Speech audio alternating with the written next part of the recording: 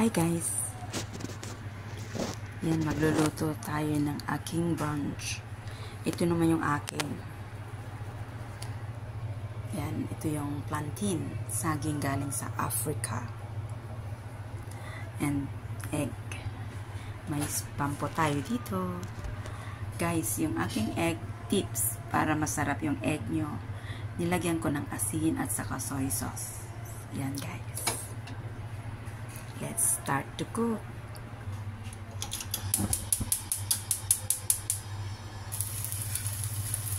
Frying spam.